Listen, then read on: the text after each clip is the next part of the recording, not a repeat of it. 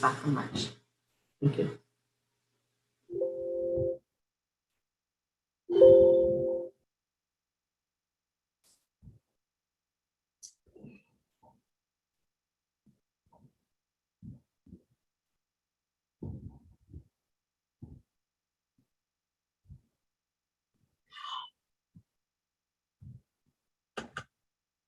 $12:30. I guess we can start again. Let's see.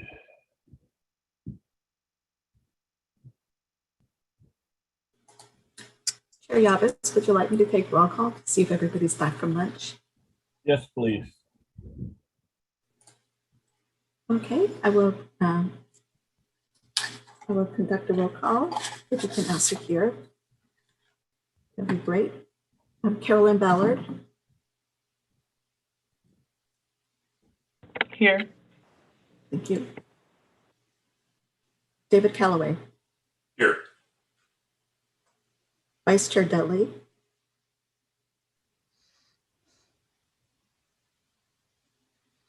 Vice Chair Dudley. You here yet? Here. Thank you. Joan Freeman. Here. Thank you. Wendy Miller. Here. Thank you. Kristen Taylor. Here. Thank you. Nathan Williams. Here. Thank you.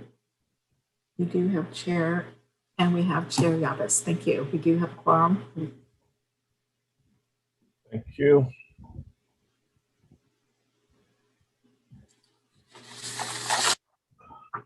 Next item is the development of the 2021 Section 5310 priority listing for the Phoenix Mesa UCA. The committee is tasked on developing the priority listing to guide the funding awards. The committee will now have an opportunity to brief on the interviews and that have taken place so far. Please remember to keep comments to what has been presented by the applicants. Thank you.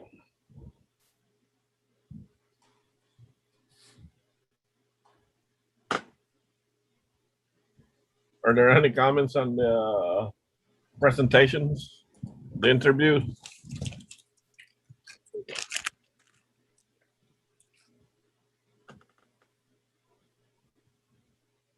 I have no comments. I thought it all went well. Joan Freeman.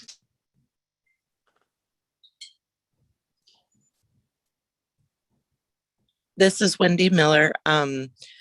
Is it? I think they all went well. I only one that I have a concern with, but is it possible for us to see what the scoring wound up if we're not having too much discussion about the individual interviews? Just want the scores for the interviews, or you want the whole scores for all of them? You know, I mean, the categories. Sorry. Chair Dudley, excuse me, Chair Yabis. I can provide a review, an overview of the evaluation process and present the scores. Okay. Okay, thank you, Chair and members of the committee.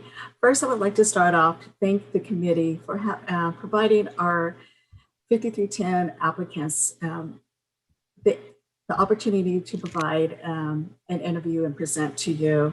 As you've heard, that many of the nonprofit agencies are really working tirelessly to provide those services to our community members through this difficult time. And it just shows the value of the work that you provide here and the importance of this program. To review, there were 42 project requests that are up for discussion. 32 are for the traditional 5310, are for the 5310 program, and 12 are for the CRISA/American Rescue Plan apportionments. Estimated funding under 5310 is approximately 3.5 million. We've had $3.4 million in federal requests. After years of refining this process, the committee had developed the following parameters. Agencies can request up to 5 vehicles. Agencies not meeting the 7-point evaluation scores do not move forward in the process. And the 5310 operating type projects, the methodology of the priority listing is to do a first round increment of 125 and then a percentage based on where they are ranking until funding is expended. Just a reminder that federally we are required to award 55% on capital request. This is not required under the CRISA or American Rescue Plan. I would like to thank Ezekias for consolidating and coordinating the ranking and the scorings. Ezekias, can you please pull up the scorings first for the traditional section 5310? Yes. Let me just resume my share. Let me know if everybody can see it. Okay, could you scroll down to where the cutoff would be at the 70%? On this, everybody but this agency were able to meet the 70%. Yes, if you could scroll down. Oh, you can see it? I can see Oh, it, but I sorry. can't scroll. All right. Okay. Oh, there we go. Okay, thank you. Has Wendy I have noted before, and Wendy kind of mentioned, we do after the evaluation of the applications and after the scoring and the interview process, there is only one agency that has fallen below the 70% to move forward for awarding.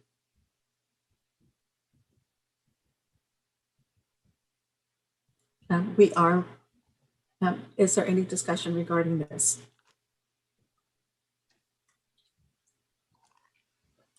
My glasses. Where are my glasses? So Pearl didn't make it. Yes. Okay.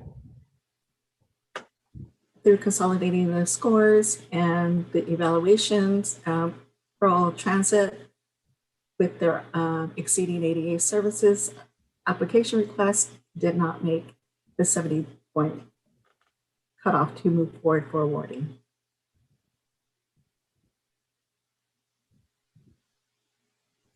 Chair, this is Vice Chair Dudley. I think maybe one of the things that, at least to me, what kind of took Pearl Transit down maybe just a little bit was when they really focused on this was more of a seed money type of thing that really gives me some hesitancy in terms of whether or not the viability of this particular project actually can become a reality. I mean, I think it'd be maybe a little different if they were already here in the valley, but having, you know, their comment regarding that this is that they need the funding more as, you know, for seed funding, I think really kind of gave me some hesitancy there.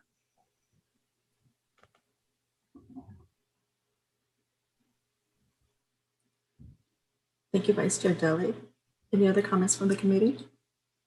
I just have one question on how you guys scored Valley Metro sorry, I don't have it open. When you guys looked at the different applications, what you guys were looking at to give them different scores for their, sorry, I don't have it open. I just want to understand. The Valley Metro, so your scores on the match to operate and maintain. How did you come up with East Travel Trailing at 5, East Valley at 9, and West Valley at 4? I can speak to that 9. In reality, this was a mistake on my part. It's supposed to be a 4, and I have corrected it on this consolidated scores. So they also have a 4 in there. But for Okay. the content of the scores themselves, that is something that Wendy can talk about. Well, that I don't even need explanation of. I mean, as long as I just was not understanding the 9 versus the 4. So I Oh, think okay. Yeah, so it was just a when the city of Phoenix sent it over their scores as the designated recipient to MAG, there was a confusion on the translation of the document from one to another when it was sent to committee members, but that has been fixed for all of the scores, and they are according to what the city of Phoenix has scored. What Hezekiah is so kindly stating is that I did it on a 10-point scale when it should have been a 5-point scale. So it got messed up. So it was an accident, but it's been fixed. Thank you for the clarification. I meant to ask it earlier, so thank you. So thank you, Chair and members of the committee. Before we move forward to evaluate the scores and where they lie, are there any other questions regarding Pearl? I had a quick. This is Nate. I appreciate on the Pearl Transit thing. I appreciate what Vice Chair said on that. I found that to be the most interesting one of all. So it's interesting to see where it ranked because it is kind of a projection. So I was interested to see where everyone came out on that. I don't know whether we need to, like, I'm just interested in kind of the concept of how we feel that, because I feel like a feeder system is a great idea. Everyone kind of does their bits and pieces. Some are over the whole region, some aren't, but I like the idea of a feeder system. I don't know how they would execute that. I think that's the question mark is like, how are you going to fill in all the gaps, identify and fill in all the gaps like they were saying, but I'm just interested in a discussion on how do we get, if someone is new, what's the right way to go about starting out so they can get going and us to project that they will work, versus like we don't want them to fail. We don't want to give them money and then they fail. But how do they get started if we, I'm interested more in a little bit more in that discussion, like Mr. Dudley was saying, because I go back and I was kind of oscillating on that myself. Chair, this is Wendy. Can I comment?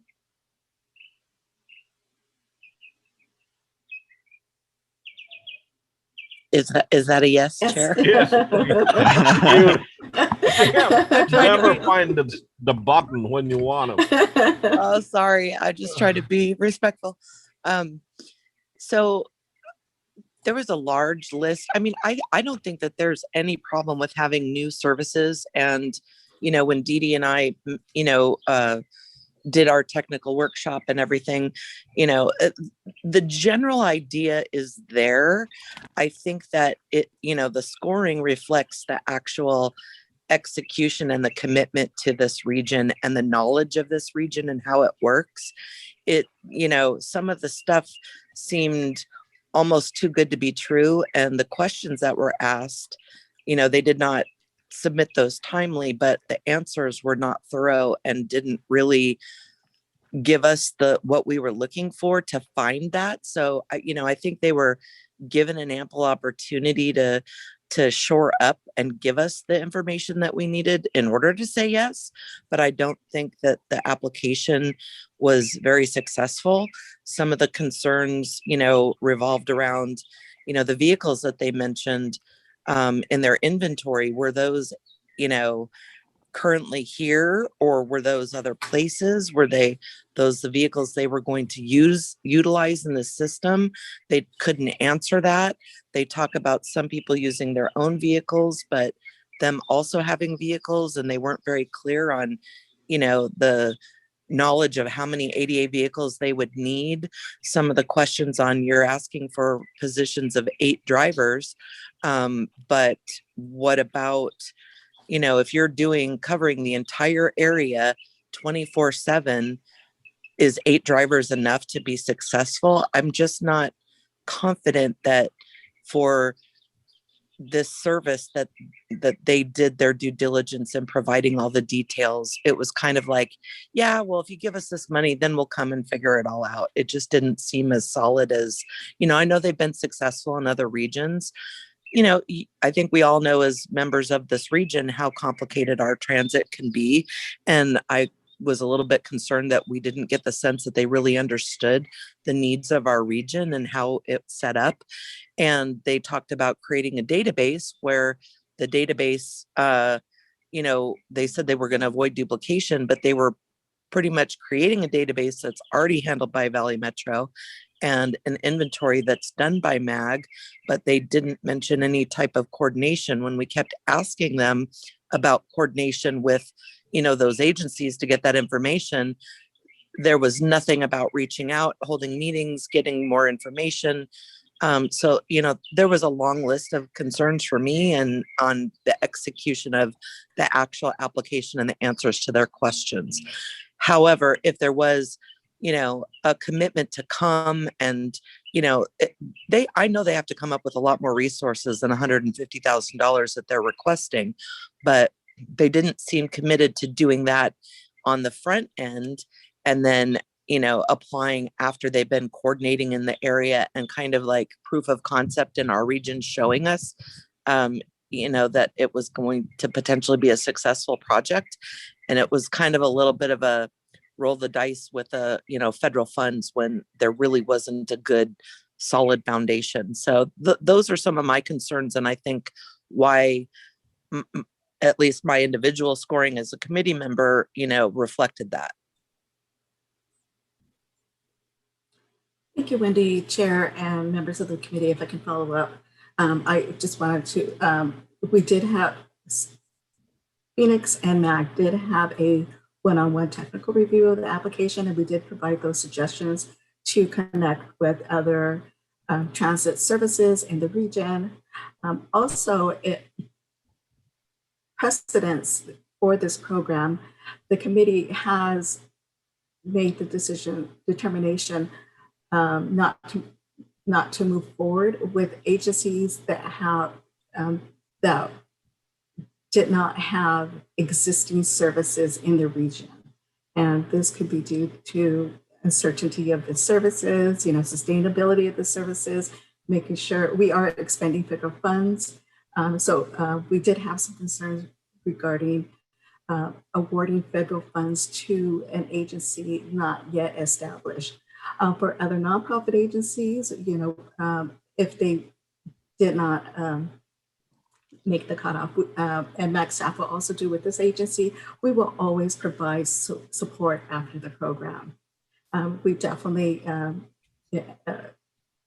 Ms. Williams has noted that, new agencies is really is an important feature for our community members, and we definitely want to and support any services that will provide services to the underserved. Thank you. Thank you both. Appreciate the responses.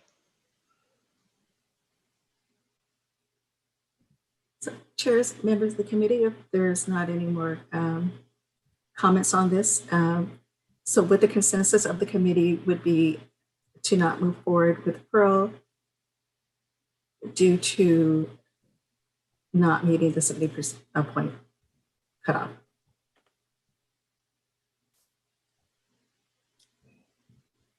Is there any questions about what Didi said? No, I think what Wendy and Didi both said make perfect sense. So I'm fine moving on without them, given that they are not above the 70% threshold level. Me as well. Agreed. Do we need to vote on it, or Wendy? Well, if that's a consensus, we can move forward with looking at the rankings and scorings for the first. We'll do the traditional 55 capital projects.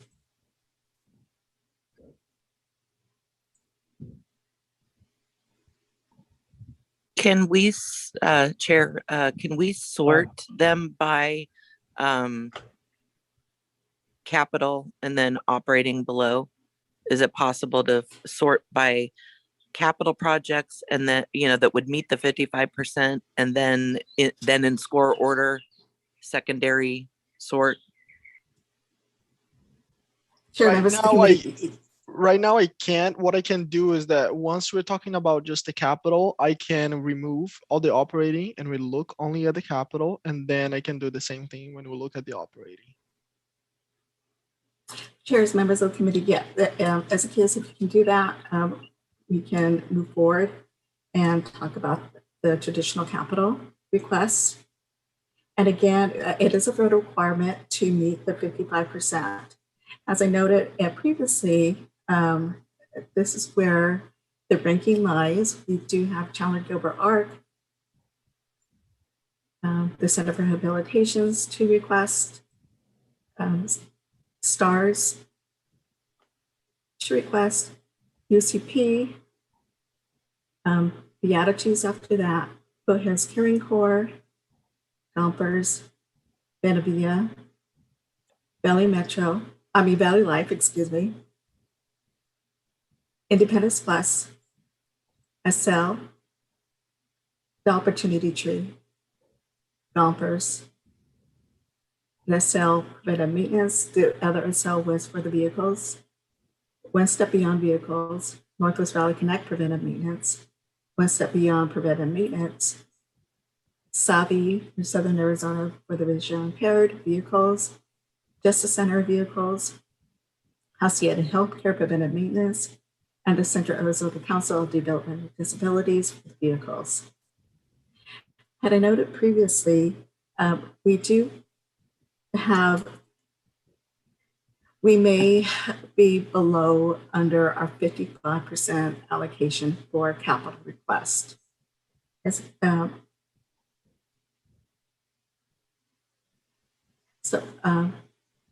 We have about 123,558 below what we are required to expend for capital, 55%. We did mention this at the last meeting previously. We did let the committee know that MAG and the City of Phoenix would review the requests and the funding amounts, and that the City of Phoenix would look at other projects that we could possibly fund, other eligible projects that have been submitted to be funded under the capital request to kind of close up that shortfall of what we're required to spend. So I'd like to hand this over to City of Phoenix to provide some information regarding that. Chair, thank you, Dee Dee. So the first thing I wanted to point out is that because we have this shortfall, the one thing that we looked at when determining the funding levels was that I don't recall if we reminded you, but all of the 5310 projects have the ability to be funded at 100% this year. So what we've done to try to rectify that and meet our 55% is that we have made the determination that all of the capital projects can be funded at 100%. And even at that rate, we still don't meet our 55%. But not to worry, we would just probably roll over that requirement to next year.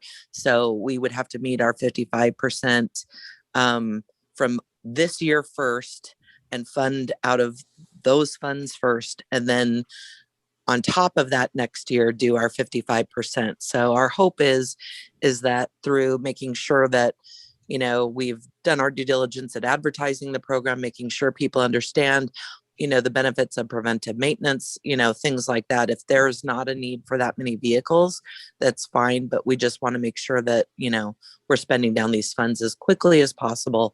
But it's not a concern this year that we're not meeting our 55. We will definitely, close that gap next year. And we are looking into one of the other things we were looking at is potentially adding on extended warranties. That is an eligible request. Since we didn't include it at the beginning this year, it kind of complicates things to add that on. But we didn't have the actual amount of what the extended warranties would cost, and we have to do kind of a cost benefit analysis to make sure that it would be worthwhile. And we had one of our mobility managers helping us with some numbers on their fleet that could show, that could help us make that determination. So what we're looking at here is on the capital side, funding in score order, everybody would get funding at 100%, and there would still be room for the 55%. So that would be kind of held to what we had mentioned our standard was about a 60% level, since all of the vehicles in here have estimated amounts, and those agencies usually when they do their final order, the orders are a tad less than the actual estimated cost. We put a little bit of a buffer amount in there so that they can order options and things that they need on the vehicles. But some people spend it all, some people don't. Some people are being a little bit more conservative if their budgets are tight, etc. So we always have some savings. So what we're proposing here in the 55% category, or trying to meet that, is we would fund everything that's here at 100%, and then we would put a placeholder in there for next year for filling in the remainder of the 55% with capital projects from next year's round. And I'm going to stop there before I go any further and see if the committee has questions or if they need clarification on that, or if I explained it okay. Chair, this is Vice Chair. So Wendy, everything we're looking at this screen, so those 34 projects are going to be at a 100% match. So vehicles, preventive maintenance, anything that's on there, or is that just the vehicles that are going to be at 100% match? Everything on there is eligible for 100% match. So mobility managers, preventive maintenance, and vehicles would all be at 100%. Okay. And then the remaining 123,558, we're going to roll over to next year, and then we'll hit that money first on the next year's rankings and then roll into the new 55%. It would actually be higher than the 123 because of the 60% threshold. So we would estimate about a 60% award would net us a 55% goal after the vehicles are purchased, if that makes sense. So we would put a placeholder in that 123,000 is 55%. We would add another 5% onto that as a placeholder to make sure we awarded more than 55%. So when the actual costs of the vehicles come in, we've met the 55. Because if we just went to the 55 and then the vehicle costs were less and we had project savings, then we would dip below the 55. Does that make sense? Yes. Yeah, that makes sense. Okay. Okay. And on the extended warranty, this year's applications are not considered eligible for adding the extended warranty. Did I miss that completely? Not Chair, not necessarily. Okay. What we were doing was trying to figure out a way if we could meet the 55% by maybe adding on some additional options and maybe asking the committee if they were okay with us awarding higher than the estimated amount originally in the application, so that we had the opportunity of adding on extended warranties and spending that funding down.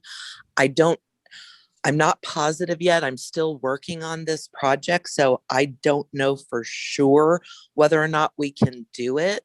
It's not going to be an issue if we do it or if we can do it. So what the committee could do potentially is allow MAG and Phoenix to move forward when we do get the final awards and the priority listing, adopted, and we put, the money to the projects, that if you so chose to say, if you have the ability to add those in and reduce the amount of the shortfall of the 55%, that you would allow us to maybe exceed the current estimate to allow people to purchase extended warranties if they want to. I'm just saying that I'm not positive I can make that happen for this year, but either way, we will still make it happen for next year and or ensure through next year's process, either way, that we meet that 55%. Thank you. Chair, if I may, and members of the Go ahead. committee. Every year we kind of run into the same kind of process, and that is why the motion is to approve the priority listing.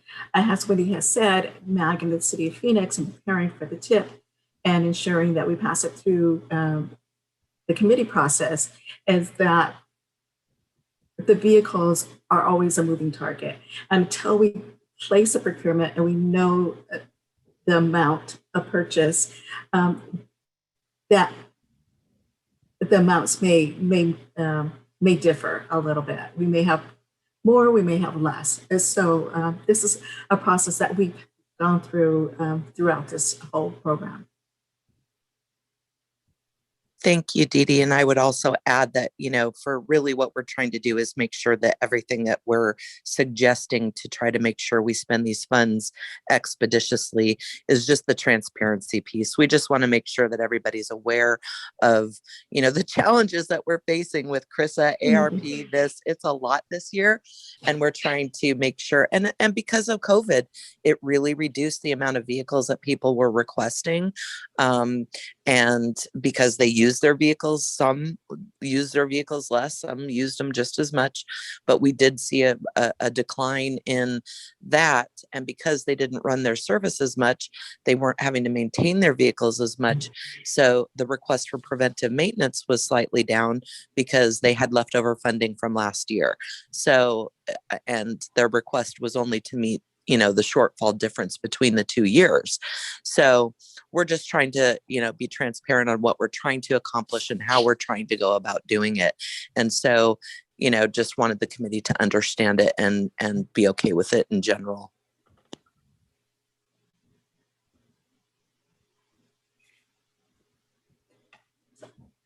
Chair and members of the committee, are there any other questions regarding the traditional side of the program that we would move forward with the final rankings,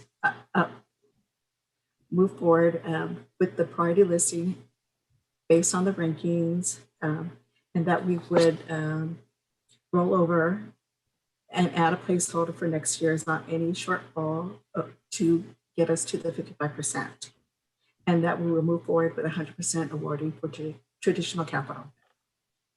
Are there any other comments? Are there any additional comments on the summary of committee consensus? Can somebody make a motion based on the summary, but a little early? Yes, Chair Robert. Chair Yabez, this is just a committee consensus to move forward, but I will state the motion at the end. Can you, on the consensus, the extended warranty, is that part of the motion? Maybe it should be, if it's possible, right, Wendy? I'm not sure if we need a motion for it. I think that, you know, Dee Dee's comment is that, you know, there's a range of amounts and we just wanted to be transparent with what our plans were. So, you know, the actual money to the projects is a little bit outside of the committee's purview, but we just, like I said, wanted to be transparent. So I don't, Dee Dee, you tell me if you think it should be at least in the motion, or you could at least note that you had consensus for it. That doesn't mean it has to be included in the motion. Okay. Thank you, Wendy, Chair, and members of the committee. Yes, this is for committee's consensus to move forward. Definitely, and as I noted, MAG and the City of Phoenix, we always review the wording amounts, but the motion for this agenda item is to move forward with the priority listing that will be utilized in the awarding of Section 5310 funds So that is the action items for this agenda item. This discussion is to, as Wendy has said, just to show transparency and how we develop the priority listing and to answer any committee members' comments. Can you repeat that? I'm having issues with my hearing. Oh, yeah. This item so far is for discussion and information. The action item for this agenda for the priority listing is to develop the priority listing to move forward through the committee process to be utilized during the awarding of funds for the Section 5310 and the President and American Rescue Plan. So the action item is the motion to approve the priority listing as developed by the committee. This portion is just information and discussion so that we can answer any questions regarding the development of the priority listing. And these are consensus items, not actually for motion by the committee. So before Chair Dee, this is Wendy. Before we move on, I think that it would be helpful just to say that the committee has consensus on the capital funding in the score order that it's in, and that everybody's funded at 100%, and also consensus if anybody has any issue on the adding the extended warranties. It won't be part of the total motion, but at least we know we have consensus. I'm in. Thank you. Count me in too. I agree. This is David. I agree as well. This is Nate. That sounds fine. Carolyn, I agree.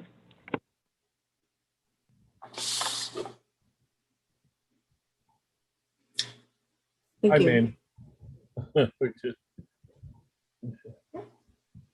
so did we miss anybody? No? I would like, Chair and members of the committee, I would now next like to review the operating portion of the Section 5310. And so please pull that up.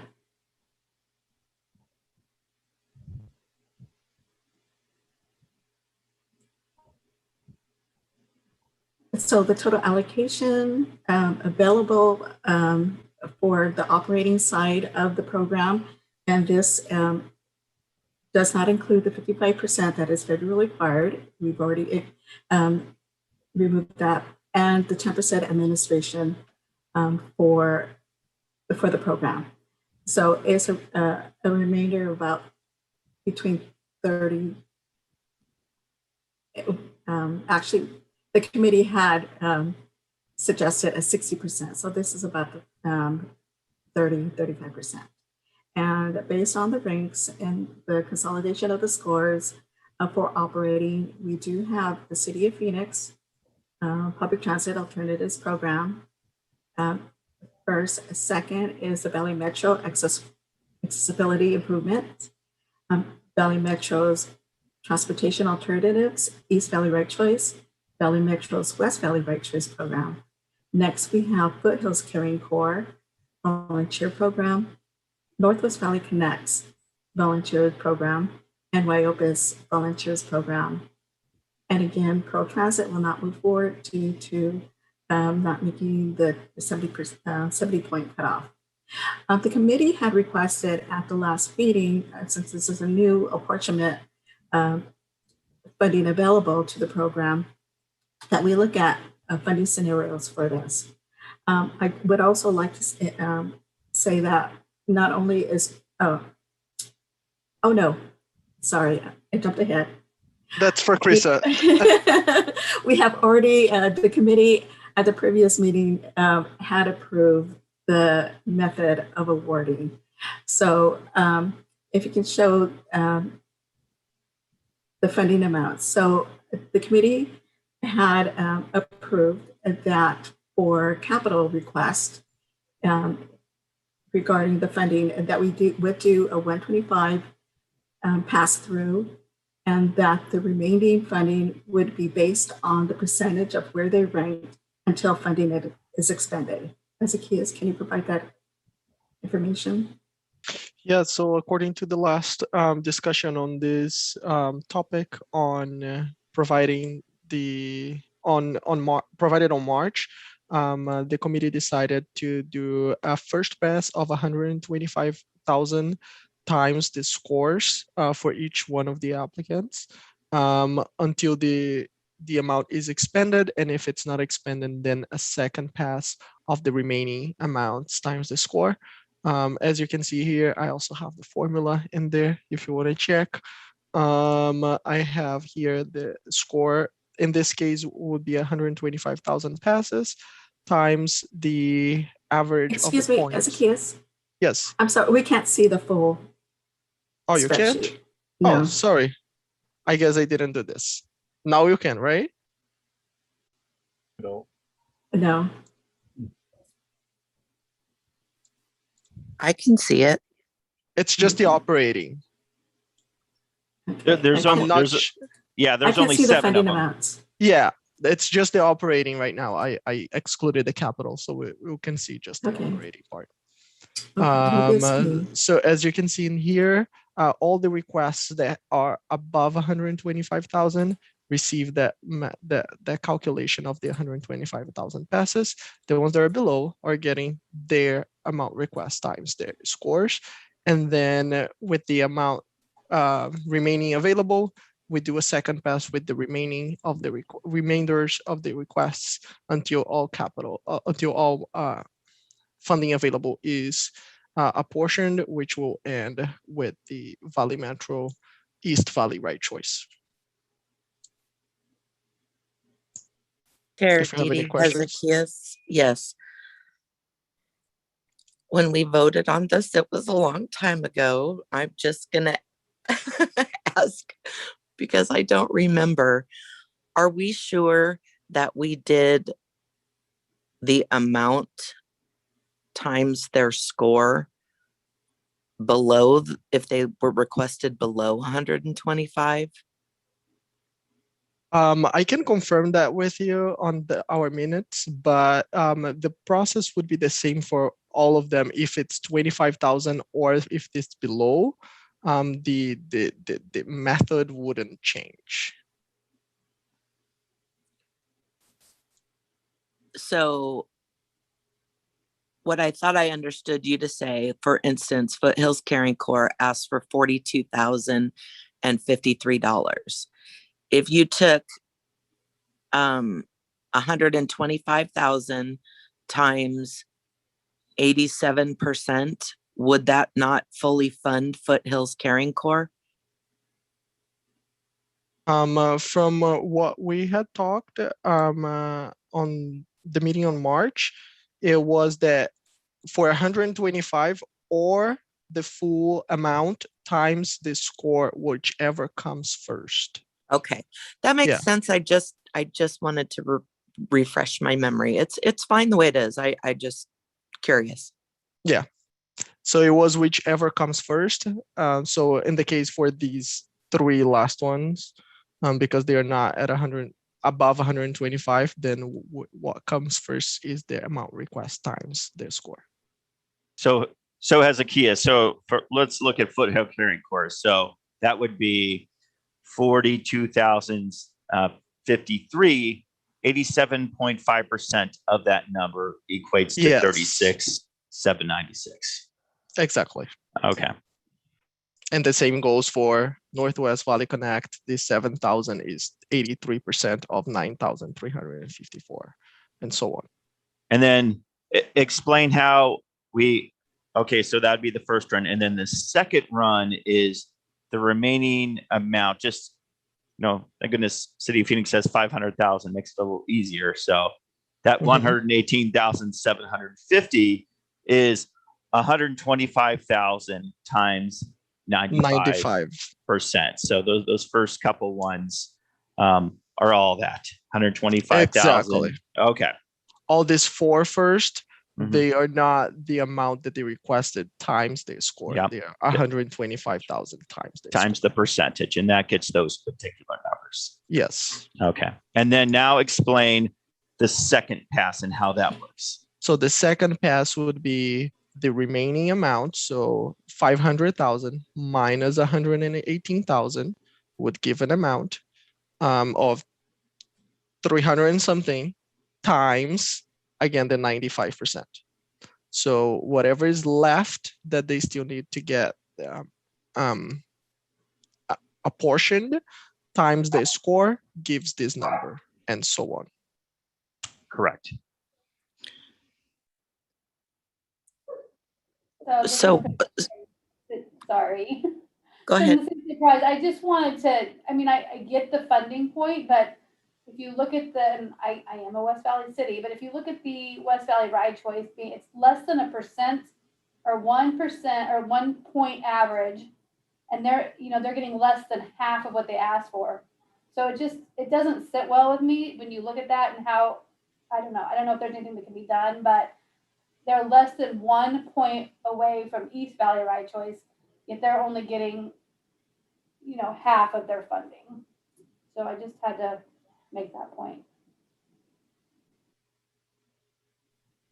No, that's correct, Kristen. I mean, I don't want to go back and change the history, but like, would that second pass be the remaining at $125,000 interval? But I think we had a discussion on that in March, but I'm trying to remember if that was the case. Chair, members of the committee, yes, that was a discussion at the previous meeting. The committee did say that that it was a preference to ensure that the scores, because you do spend a lot of time on the evaluation and you have those scores have meaning. So this was the process to ensure that all of those that meet the 70% are awarded some federal funds, and that this was the most equitable that we could come about, that includes the ranking and, again, the amount of funding that we have. The amount of the request far exceeds the amount that we have apportioned for this group of funding.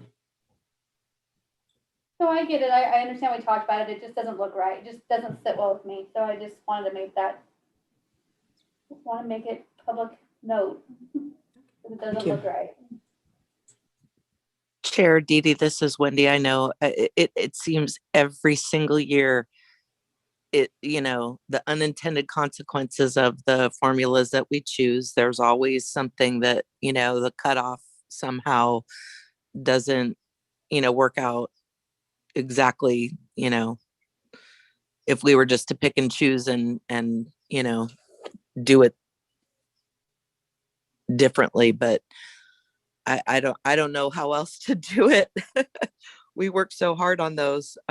So yeah, I'm with you though. I do understand.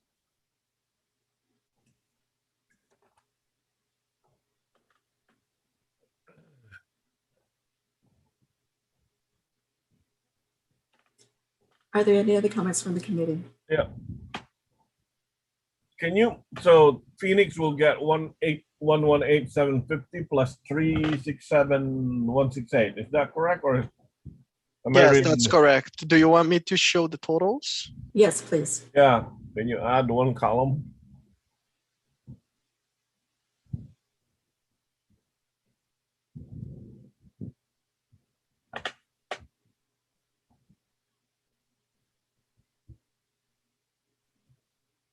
There we have it.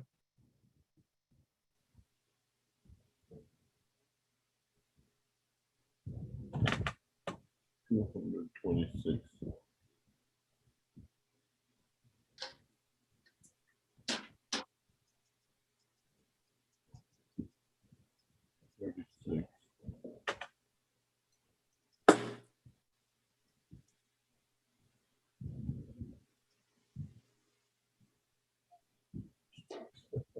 Are there any? When we were originally discussing this, it looked so equitable.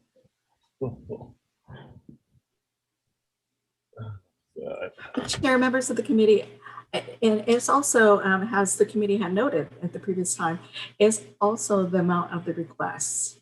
They're not, it's going to be different. Not all of the requests are same. We do have a large jump between the first half of the request was in the 100,000s to the next, which is below 50,000. Chair Dee Dee, this is Wendy. The other thing that I remember and why we kind of did it this way, if you'll remember in the past, the West Valley and East Valley Road Choice used to be one application. And since we were had voted also on excluding people from voting on things in their area, we split that out to try to make it easier for people to, recuse themselves and not stay out of the whole, scoring process. So that's kind of another unintended consequence, is having Valley Metro split that project out. It would probably be rated differently if they were submitted together. So that is also a change which makes that different. Yeah, how can one right choice score higher than the other right choice? They're doing the same exact thing, whether it's East Valley or West Valley.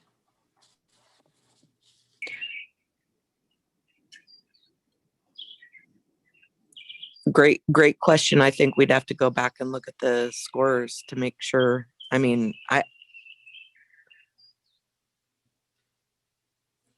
don't think I scored them any differently. So, well, and I don't know both my scores, but I scored them exactly the same as well.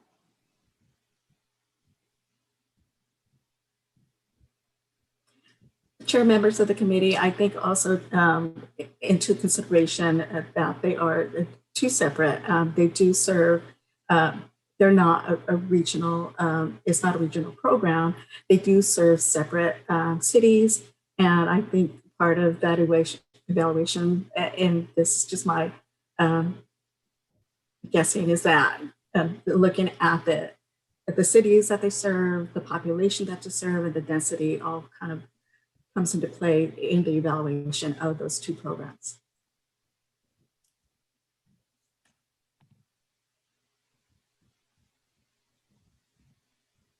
And this is Nate. I was looking at that too, because I'm looking at my. I'm a bit of a lay person at this, but I'm looking at my score sheet and I see like, oh yeah, they're scored different. Why is that? And under section 5, match, operate / maintain, you got 5 for travel training, you got 9 for East Valley Ride Choice, and you got 4 for West Valley Ride Choice. I know we corrected that, or it sounds like we corrected that, but there shouldn't be that big of a difference. The 9 might be an error. So I'm just looking at the base score sheet, right, that we all put our own individual scores in. And like I thought I heard, everyone say earlier, like, and Kristen asked about it, that, well, why was that before? And I thought that got answered. But anyway, when I see this, it made me wonder, like, what, how, did I score them different? But I didn't. I gave them all the exact same score because it's all the same kind of entity to me. But that's my personal thing. But anyway, I just want to bring that up and make sure it got corrected, because that had an impact. I think that the difference might be significantly greater if there was that many points difference. I mean, like Kristen had mentioned, it's only a very small percentage difference. So, right, it would, yeah, I agree, because that's 5 points, or 5-point difference, and it's only a 1-point difference on this. So obviously, it's individual scores that I guess makes the difference. And why, I don't remember, why did we make them, separate the two? I'm a beneficiary of this grant application, so of course I'm gonna fight for it, but I just don't understand. I don't know what the background was for splitting these two applications.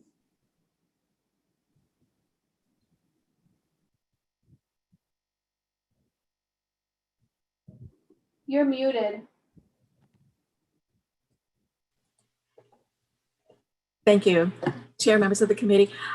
These are not true applications, true regional applications, excuse me. And when it comes to reimbursing, there was discussion on how much of the funding would go to the East Valley stakeholders and how much is going to the West Valley and the costs incurred in that. So it was a choice to make these two applications separate because they do serve certain cities in the East Valley. They do serve certain cities in the West Valley. Their cost is different, has noted in the request.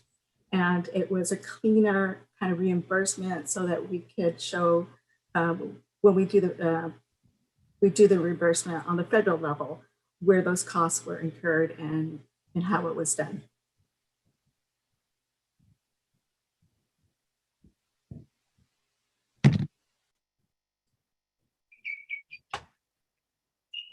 One last question, and this is related to can you scroll down to the bottom, please? Where exactly? Oh, I see it. Oh, okay. So the remaining available, the 123,558, that's the leftover from the capital. Is that 1,953,107 in the total available? Is that the 55% or the 60%?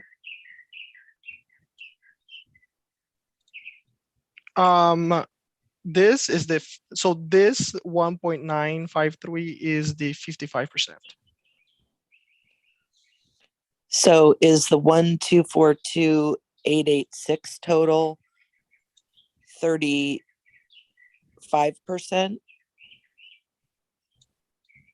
Yeah, it's 35. So what everybody's getting should actually be 5% less than, because we should be making the total available 60%. Okay, let me make that change. I know that's our intention. So, and we talked about it and had consensus on it. So I just don't want there to be any surprises when we go to do that and we put that placeholder in there and then the applicants on the operating side get even less. So I just want to make sure we're transparent on that now. All right, let me make those changes then. Thank you.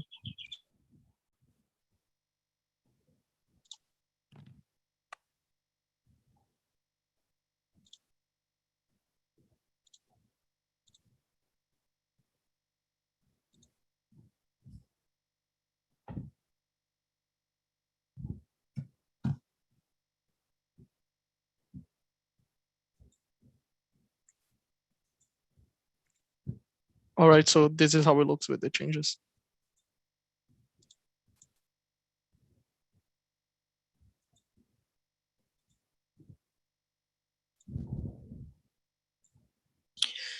Thank you. It's not a drastic difference, but it's enough that I just wanted to make sure that people were aware that it wasn't going to be as much as was showing on the screen.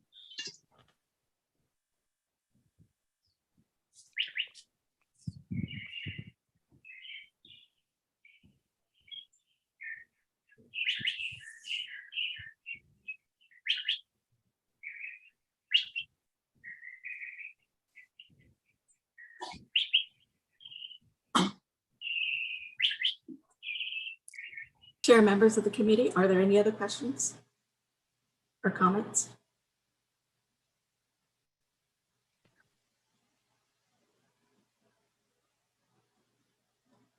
Chair, this is Vice Chair. Hezekias, can you just, I know you've already done it, but when you go back and look at that 9 and 4 thing, could you just kind of make sure that all those numbers were the correct numbers? I know when, I'm going to address like Kristen's question kind of, because I think I had East Valley Ride Choice 1 point higher than West Valley Ride Choice. And mine was more towards, because I know there are different rules and it depends, it goes between the different cities. If I can recall correctly, I think, like for instance, I think it's Tempe, Fountain Hills, Chandler, and Surprise, I think allow the ADA paratransit and the seniors over 65. But I think the other part of ride choice is for some of the other cities, I think it's the Avondales, the Goodyears, the Tollisons of the world, might even be Mason's Castle. They only allow, I think, the ADA paratransit. So I think I kind of gave one more point to the East Valley ride choice versus the West Valley ride choice. Now that's just 1 point out of the number of scores being, 8 versus 7. But I think that's where I maybe gave one more point to the East Valley ride choice over the West Valley ride choice. Because I did score both of them because I don't have any skin in either of those games. All right, Vice Chair, is there something that you want me to do on screen?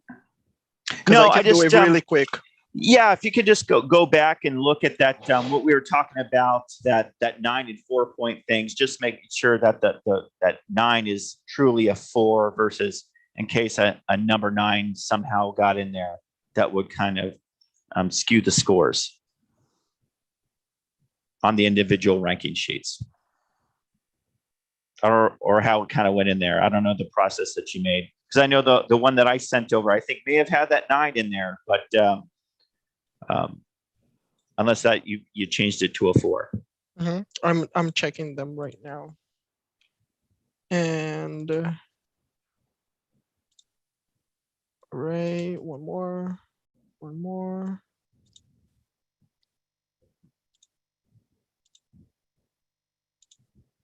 They are all 4. So there is not a 9 on that. And it's easy for me to check that because on my spreadsheet, it doesn't give me an error. It pops up in red telling me that it's more than 5 because 5 was the maximum for that one. So it's easy for me to check. And yeah, no, there is nothing. I just checked every single one of the 8 spreadsheets. All right. Thank you, sir.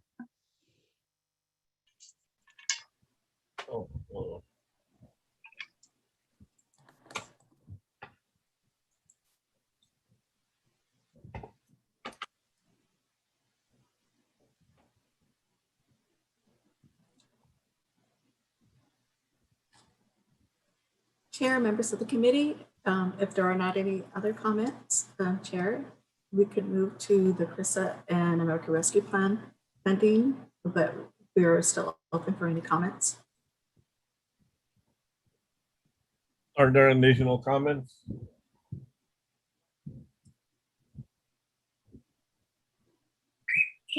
So the consensus to move forward based on ranking and the method utilized. Let me make sure. Is there a consensus to move forward with the allocations?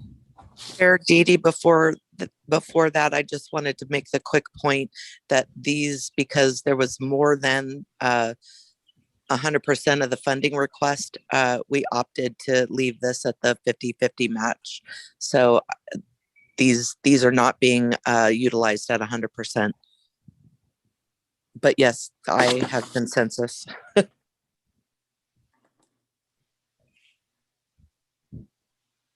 you got consensus from me.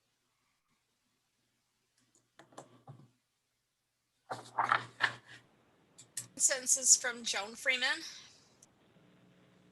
Consensus from Carolyn Ballard. Consensus from David Calloway.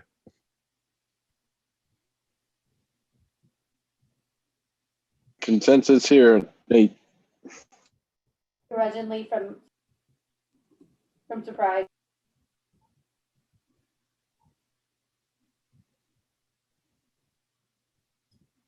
Did we miss anybody? So we have consensus then, right? We do have consensus. Okay. Next. Next, we'd like to, we will review the CRISA and the American Rescue Plan allocations. As Wendy had noted, we were able to pull in the CRISA apportionments for this year's application process. And I think it was a little over a month ago, or we did receive notice that the that we have apportionments under the American Rescue Plan at approximately, they were both at approximately 595. So as a case, could you pull up? that scenario, the funding scenario. So we did integrate the CRISA and American Rescue Plan funding amounts into the analysis of awarding. And the committee at the previous meeting had suggested to MAC staff to bring up some scenarios regarding funding the CRISA and ARP funding amounts. So before you, we have the ranking. I'll review first, and then we can go over the two funding scenarios. So the ranking at the first was Chandler Gilbert Arc. Civitan came in next. Excel. Then it was Beatitudes, Campus. Then the Opportunity Tree. Next was Benavia, Treasure House. Then Northwest Valley Connect. We have One Step Beyond. We have Gompers. We have Savi and Hacienda. And again, we do have approximately 1.19 available in both the combination CRISA and American Rescue Plan funding. We did receive over $4.1 million in requests. Before you today is the two funding scenarios. The first funding scenario is taking based on the ranking. We did the 125 pass through and went from there. The second scenario before you is utilizing the operating methodology that the committee had approved and doing the 125 or based on percentage of ranking, whichever comes first. So before you are the two funding scenarios for the CRISA ARP. And Ezekias, do you have any other information? No, Didi, I think you covered Okay. pretty well. It's just Okay. the only difference is that the first one does not consider the scores themselves, just the ranking position. The second one will do the same thing that we just discussed for the operating and make the passes according to the score percentages. Okay. And as you can see with the first pass through, it does provide funding for all of the requested all of the request agency requests that also are scored at above 70. The second funding scenario, it doesn't quite award. Where does the cutoff on the second scenario? Okay, the cutoff on the second scenario would come in at Gompers. So One Step Beyond would be the last awarded for this funding scenario. So we want to provide this for the committee's discussion on funding scenarios for the CRISA and American Rescue Plan. Thank you. Dee Dee Hezekias, I just wanted to say this is Wendy Miller. I just wanted to say thank you for me not having to do this year. It was so nice to have someone else put together the funding scenarios. So I gladly hand my hat over. So thank you. You guys did a wonderful job. The second thing I wanted to mention is that these are 100% funds. They're intended to be 100% funds. So there's no match in these. And secondly, I just wanted to let everybody know that even though we're combining it in the process, the funding sources are different. The grant applications will be different. And there might be one agency, if the cutoff doesn't happen to the penny, that they might have to receive two different grants and two different agreements for two different funding sources. So it's just kind of the nature of the beast. But again, transparency, they are two separate grants. So there will be different agreements with the city on these. And lastly, my comments on the options, I much prefer a similar, since we worked so hard on that methodology, doing it and paying attention to the scores, I like going in the score times the percentage rather than just the standard 125 pass through. I think it gives credence to those that scored higher. Chair, this is Vice Chair. No, I agree on the percentage. I think maybe the only thing that I might have a question on is that $125,000 number, because I know that is more based on our operational allocation on an average. But I know we do have that big ask of 2.3 million there from Gompers. Maybe an alternative, and I don't know what that average is going to be, but maybe we throw out the highest and the lowest. So the 2.3 million and what would be the next lowest? The 26,449 from Chandler Gilbert Arc, and then see maybe what the average is of the remaining, and then maybe use that as the baseline pass allocation. Maybe it's closer to 125,000, but I'll just kind of be curious if we take out the high and the low, what's going to be that average ask of the remaining amount requested, and then maybe use that as the baseline, and then take that number times the percentage for each one and use that instead of the 125,000. But again, 125,000 is pretty easy to use, but I just know that 125,000 is the number that we use on the operating side. And this is probably just a one-shot deal for Krista. So I was thinking maybe we just average it out, throw out the lowest and the highest, and then use the average amount as that number. But that might be overthinking it. The average is 172,000. 172,000? Without the high and the low? Without Chandler Gilbert Arc and Gompers. Yes. That's also considering that the 823,000 request from One Step Beyond. Oh, look at that. Yeah, no, that's true. One Step Beyond kind of throws that in there. You know, I think we should follow the same procedure we did in the operating. That way,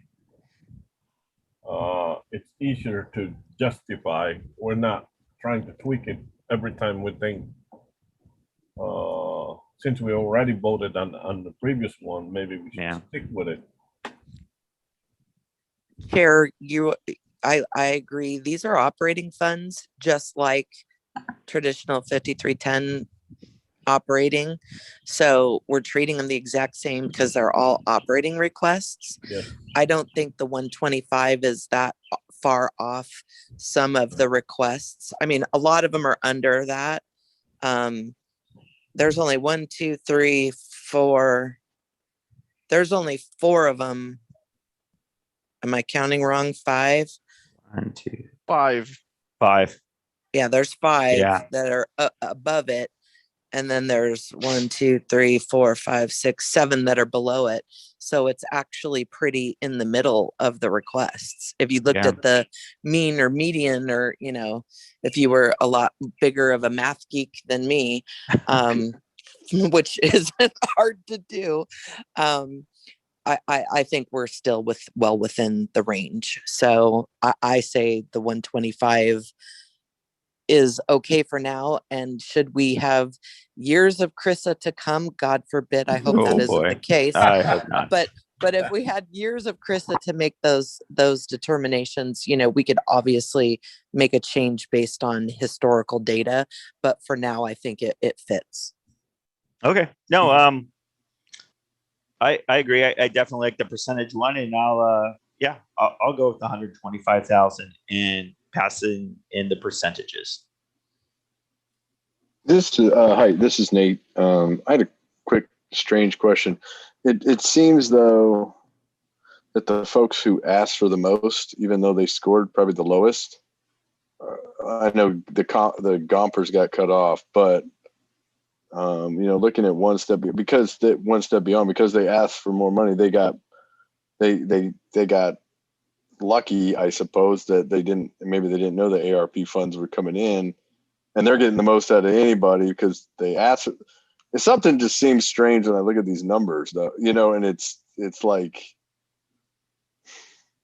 I don't know how you prevent that, but it just seems like I wonder if all the other ones knew, like, oh, I should just ask for a huge amount so I can get more. Like, I just don't want to incentivize people asking for outrageous numbers on things like this. That's all.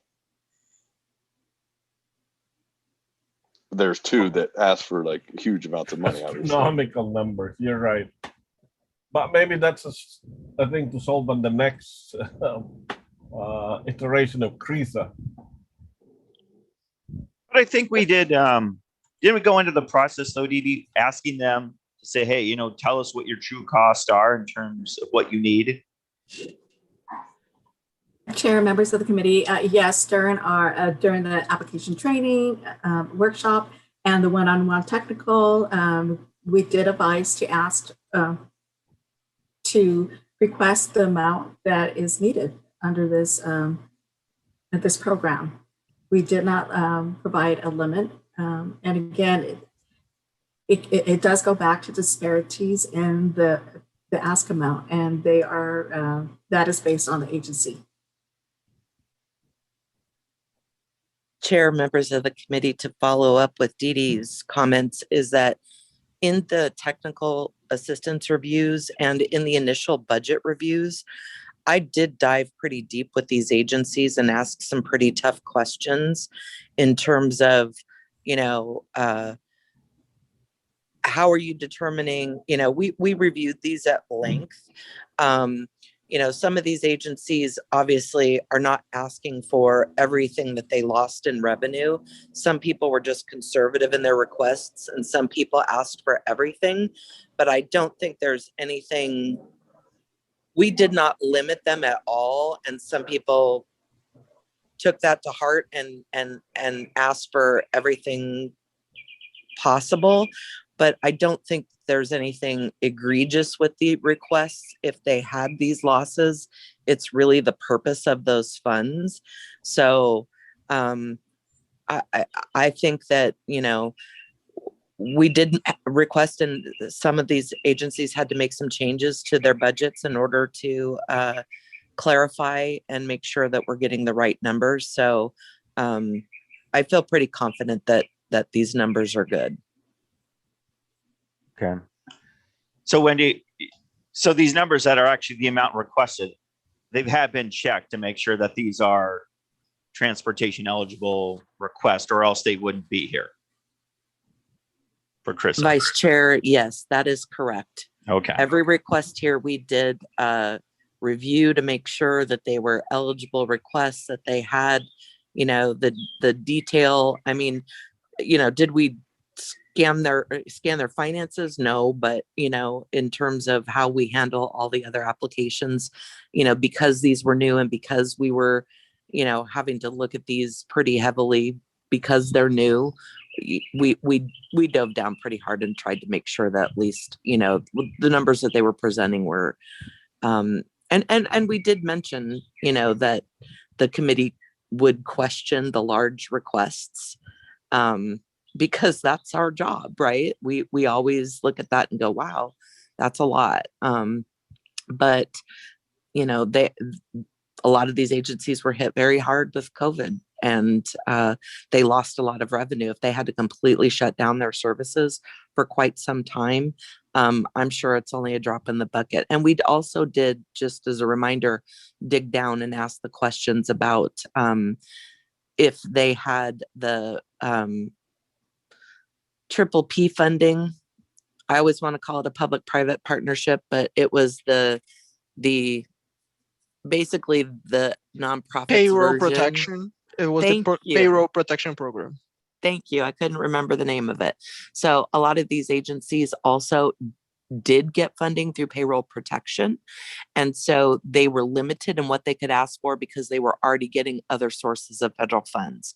And the federal government was adamant to make sure that they were not double dipping. So we went and made everybody go back through and ensure that their requests were not duplicative of what they asked through payroll protection. So I think if some of these agencies hadn't have already received payroll protection, they would have asked for more. So just as a reminder that there could be a difference there as well. Okay, that makes sense to me.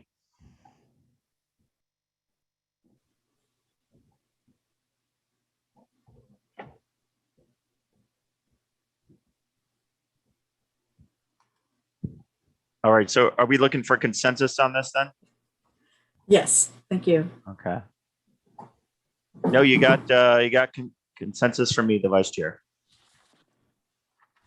Thank you. Carolyn Ballard, You excuse have me. my, A long day. you have my consensus also. Thank No you. surprise. Thank you. David Calloway, You have my consensus as well. Joan Freeman, You have my consensus.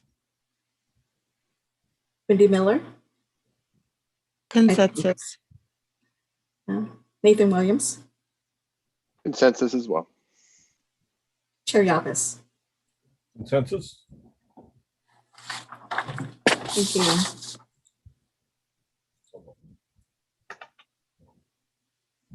Is that it?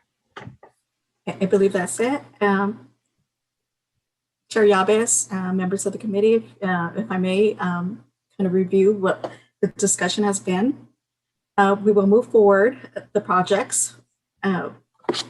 We will move projects forward utilizing the priority listing to base the grant awards based on apportionments and following the committee's consensus.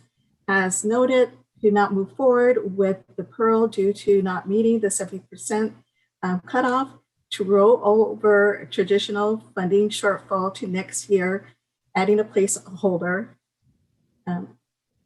to award traditional capital at 100%, that MAG and the City of Phoenix will work to confirm awarding amounts, that the traditional capital is being at 60% to ensure that we meet the 55% federal requirement, and that the CRISA funding apportionments will follow the operating methodology of awarding. So the motion today is there any questions? Thank you, because I don't think I can repeat that again. Okay, so the motion today is to recommend the priority listing of applications for the fiscal year 2021, Section 5310 Enhanced Mobility of Seniors and Individuals with Disabilities Program for the Phoenix Mesa Urbanized Area and the CRISA American Rescue Plan projects for approval to move forward through the MAG committee process for approval by the MAG Regional Council, to forward to the City of Phoenix Public Transit Department to submit to the Federal Transit Administration. Chair Yabes, members of the committee, that is the motion. Chair Yabes, this is Vice Chair Dudley. So moved on that statement. Second from anybody? Joan Freeman seconds. Dee Dee, please do a roll call. Chair Yabes, members of the committee, Carolyn Ballard. Aye. Yay or nay? David Calloway. Yay. Chair Dudley made the motion. Joan Freeman seconded. Wendy Miller. Yay. Kristen Taylor. Yay. Nathan Williams. Yay. Chair Yabes. Yay.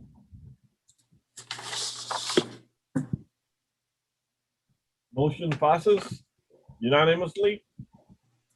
Yes, Chair Yabes. Thank you.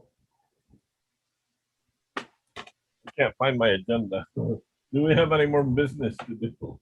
I think we do, right? Oh, yes, we have, I believe, 3 other items. Overview of the updated MUG response to COVID-19 webpage, right? That's That the is next item, correct, yeah. item 7. There have been Correct, yeah. requests from members of the public who are looking for information on vaccination. Dee Dee will present on MUG's updated COVID webpage for information. Thank you, Chair Yabes and members of the committee. I will provide a brief overview of the updated MAC response to COVID-19 webpage. A couple of months ago, not years ago, MAG was contacted from some of our member agencies and stakeholders regarding comments they received regarding COVID-19 vaccination and transportation.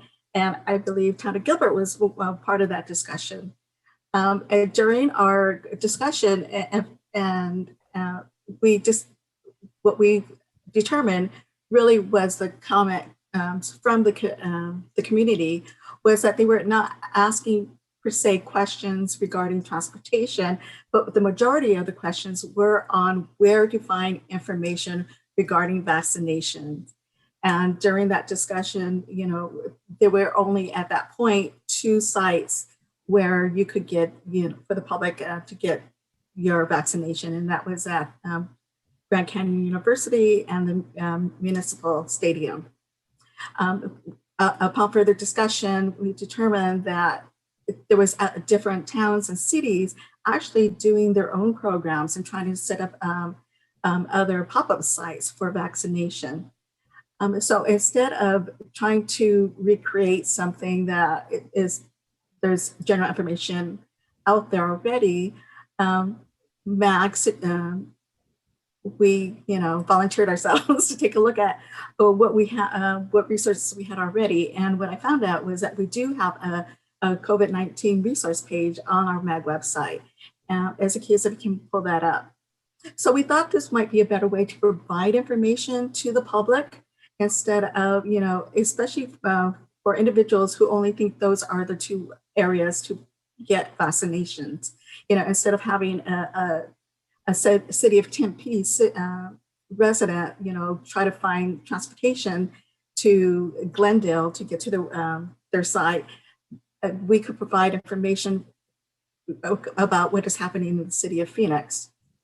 And so with the suggestion and looking at all the information and resources out there, MAG has updated their COVID-19 resource webpage. And is also, if you go onto the general MAG website, is one of the banners that you can click on, and it'll take you right to this webpage. So here we pulled all the information that we knew of.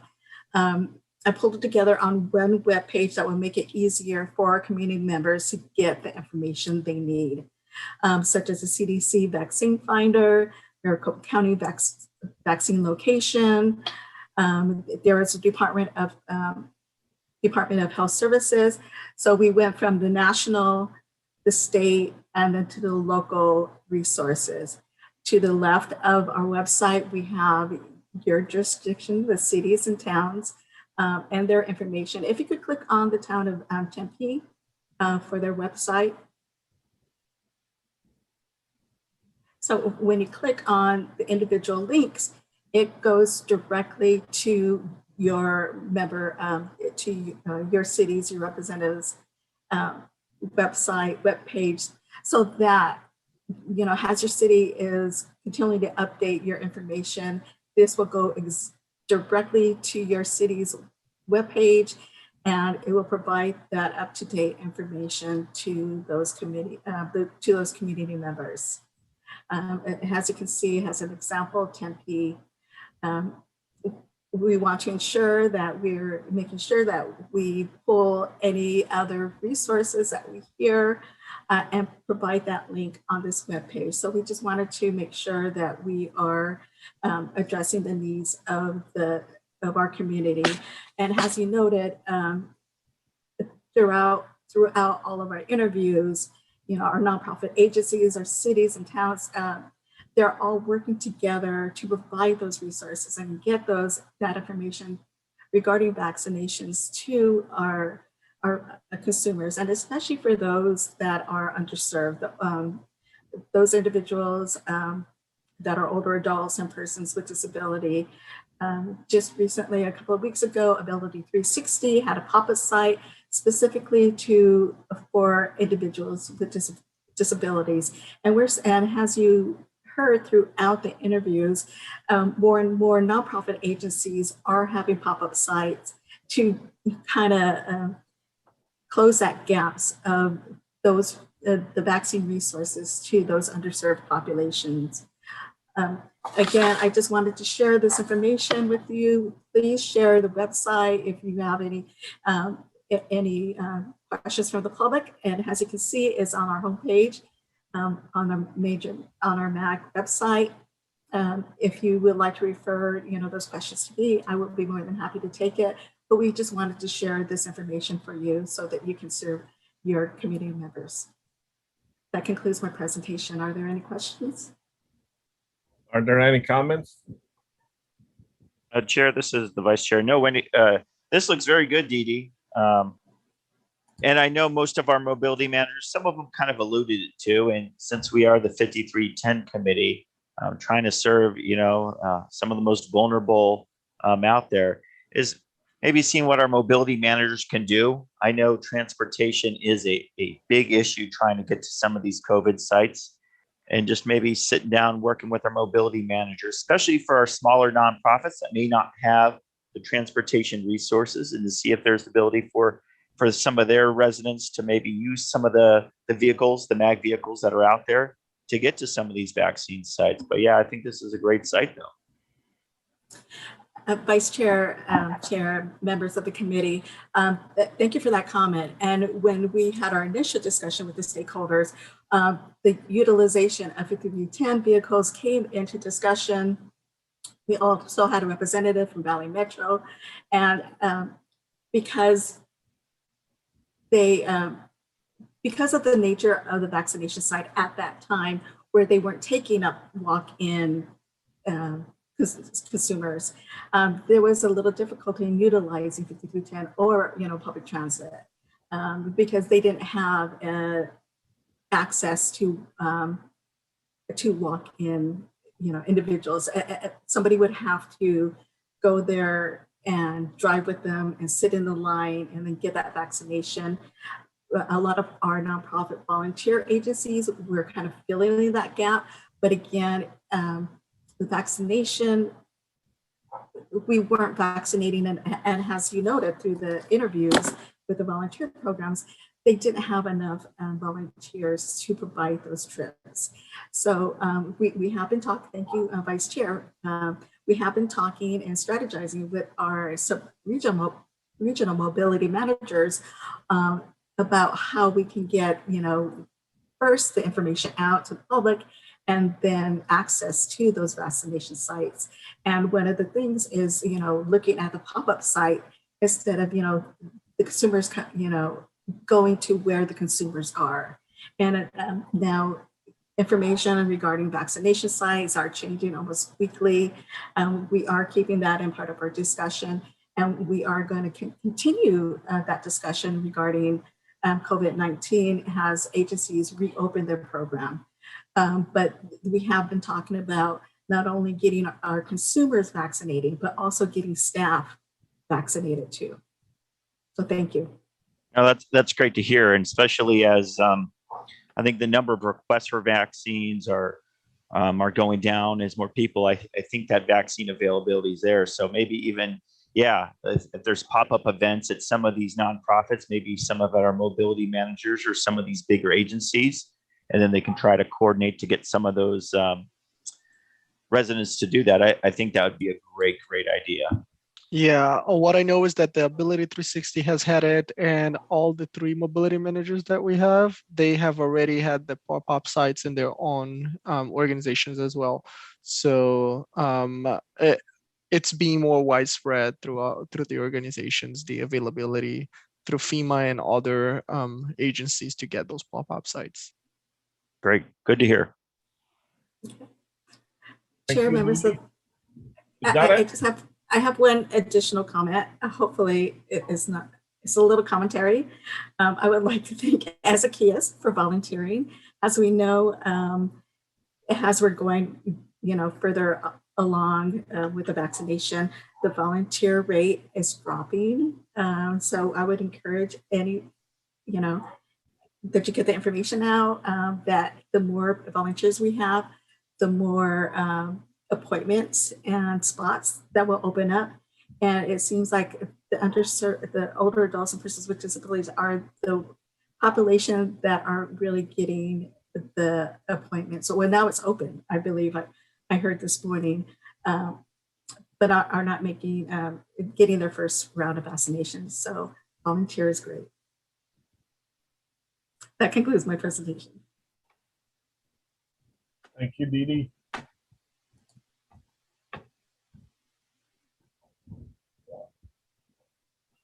Oh, request for future agenda items. When is the next meeting anyway?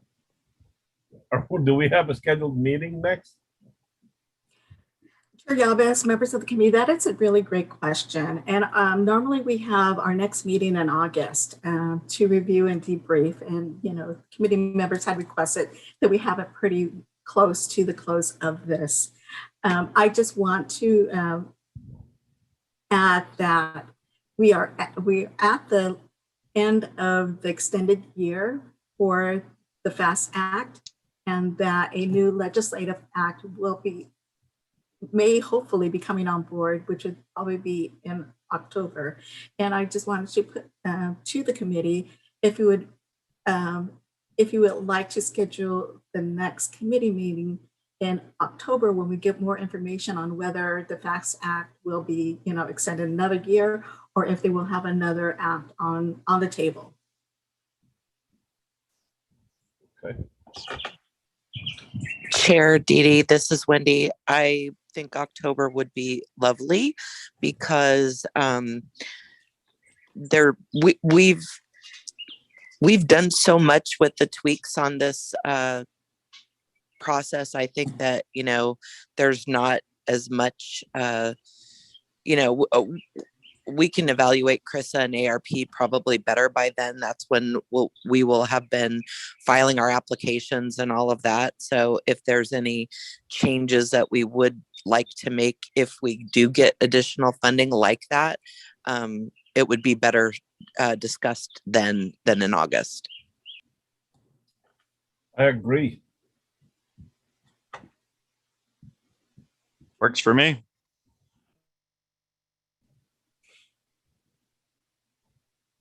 Okay, I can make that request for an October meeting.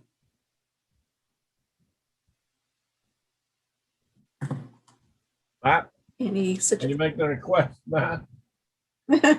Yes, let's make that request. No, the current chair has to do that now. The current chair is retiring, dude. That's what it means. When does the transition of power take place? July 1st. Oh, well, let's have a June 30th meeting. Just kidding. No. I had to find a replacement for me too. Chair, members of the committee, do we have any other requests for agenda items?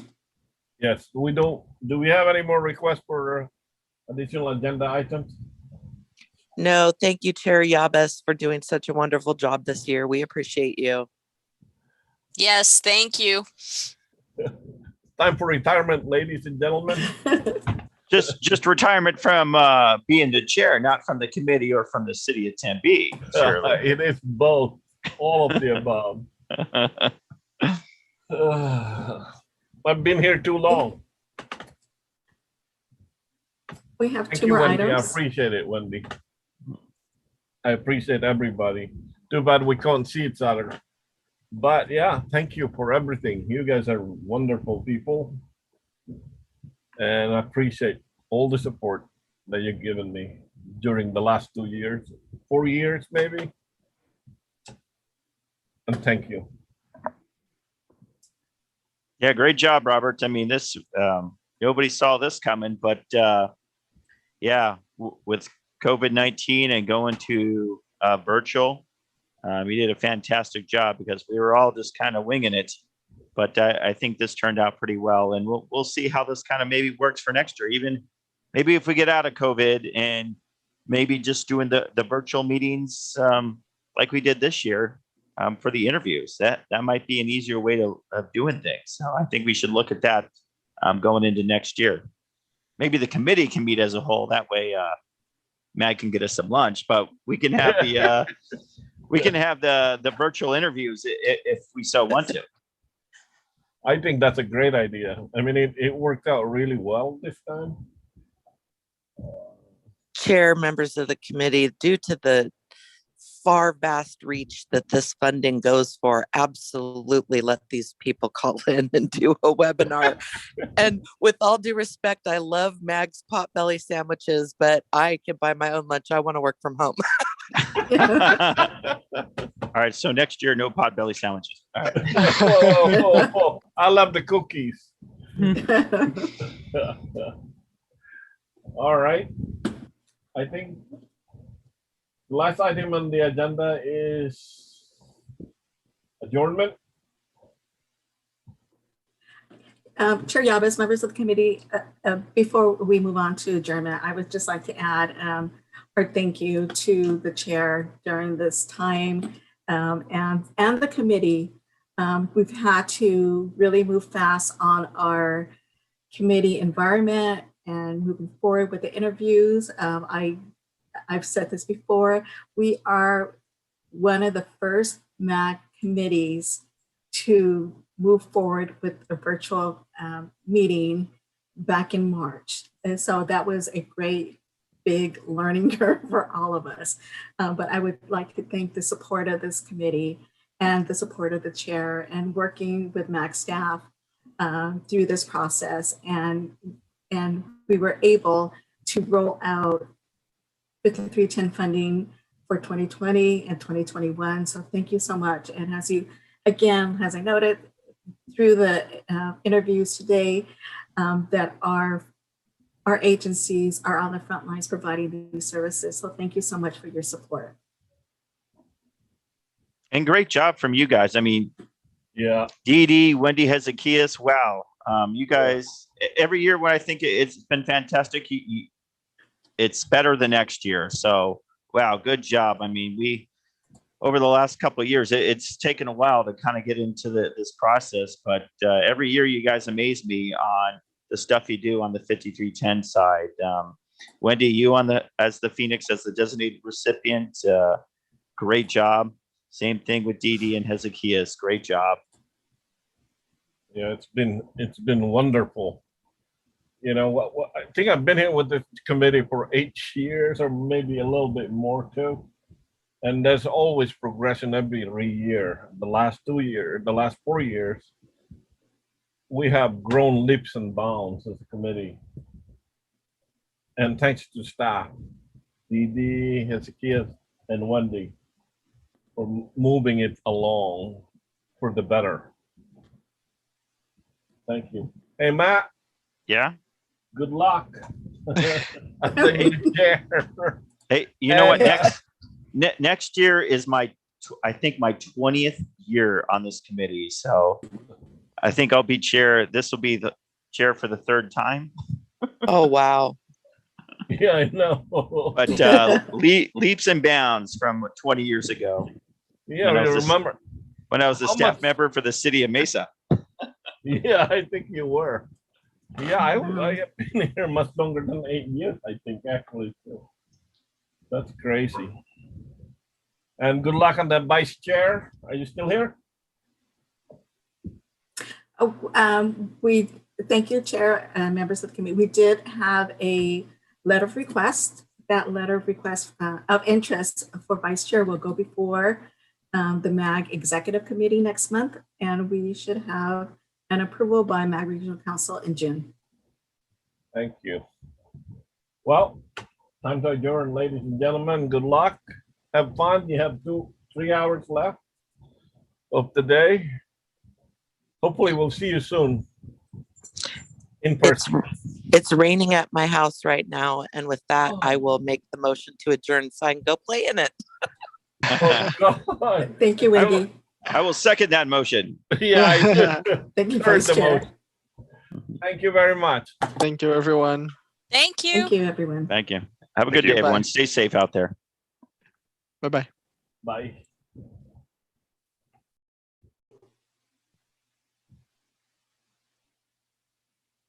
Jeremy, thank you so much. Yes, thank you, Jeremy and Tina. And Yes. Tina as well. Yes, Love thank you. writing now, Tina. Thank you so much. Oh my gosh.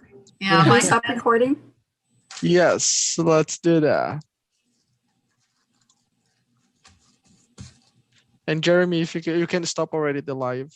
Yeah, give me Streaming one as well. second.